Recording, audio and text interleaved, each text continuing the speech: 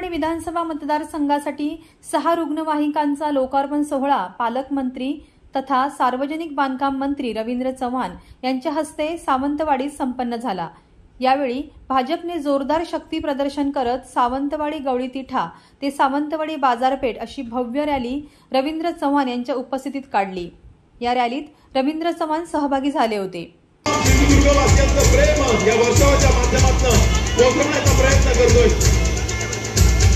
सिंधुदुर्ग जिल्ह्यातील अनेक विकास कामांच्या माध्यमातून मार्गी लागली। सिंधुदुर्ग जिल्ह्याचे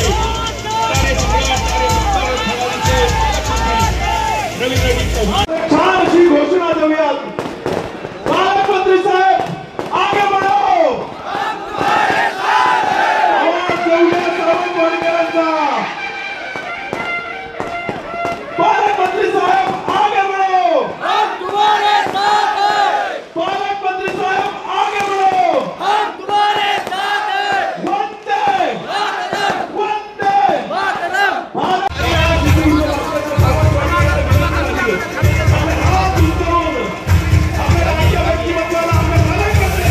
आगामी निवडणुका या महायुतीच्या माध्यमातून लढविण्यात येतील आणि महायुतीचाच मुख्यमंत्री महाराष्ट्रात विराजमान होईल।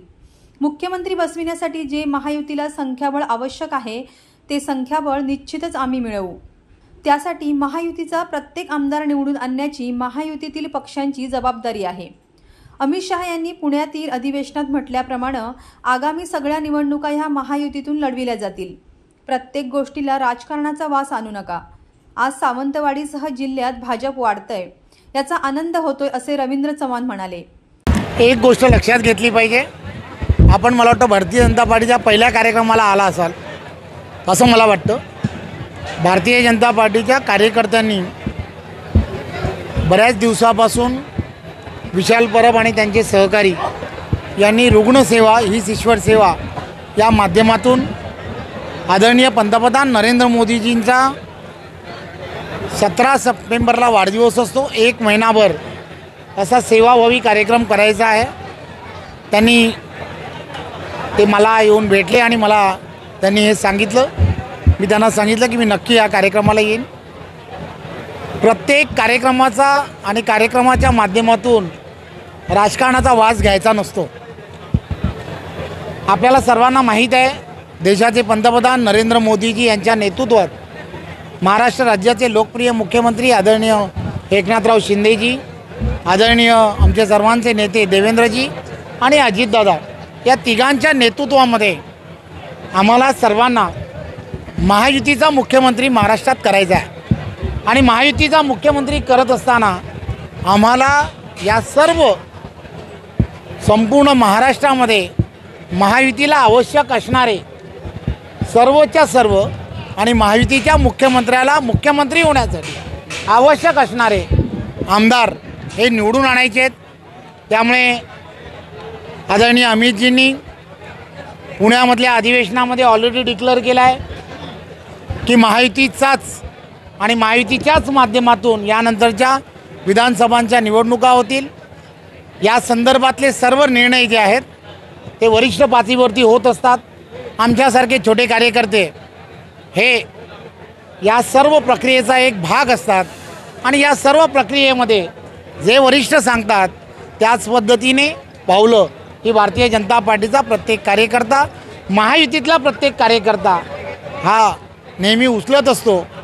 परंतु आजच्या कार्यक्रमाच्या निमित्ताने एक चांगलं वातावरण हे संपूर्ण सिंधुदुर्गामध्ये झालं आहे, याची मी नक्कीच वाहवा करेन। विशाल परब आणि त्यांच्याबरोबरच्या सहकाऱ्यांनी संपूर्ण सावंतवाडी ह्या मतदारसंघामध्ये केलेला प्रचंड प्रवास आणि त्यांनी 2 उपक्रम या संपूर्ण सावंतवाडीमध्ये सुरू केलेत। आजचा हा रुग्णवाहिकांच्या संदर्भातला असणारा उपक्रम असेल किंवा गोशाळेच्या संदर्भातला उपक्रम की जो 1 तारखेला होणार आहे, हे सर्व उपक्रम हे तुम्हाला आम्हाला सर्वांना ऊर्जा देणारे असे उपक्रम आहेत आणि या सर्व उपक्रमाबद्दल विशाल परब आणि त्यांच्या संपूर्ण टीमला खूप खूप शुभेच्छा। धन्यवाद। यावेळी शालेय शिक्षण मंत्री दीपक केसरकर यांनी भाजपच्या या कार्यक्रमात व्यासपीठावर जाणे टाळले। मात्र रॅलीच्या सुरुवातीला दीपक केसरकर हे उपस्थित होते। भाजपने जोरदार सावंतवाडी शक्ती प्रदर्शन केलं। हजारोंच्या उपस्थितीत रुग्णवाहिकांचा लोकार्पण सोहळा संपन्न झाला। यावेळी रवींद्र चव्हाण यांचा वाढदिवस केक कापून साजरा करण्यात आला। विधानसभा निवडणुकीच्या जागा घोषित होण्याआधी शालेय शिक्षण मंत्री दीपक केसरकर यांच्या सावंतवाडी विधानसभा मतदार वर भाजपने बाईक रॅली काढत या रुग्णवाहिका लोकार्पण सोहळ्यात जोरदार शक्ती प्रदर्शन केलं। यावेळी महिलांसह पुरुषांची उपस्थिती लक्षणीय होती।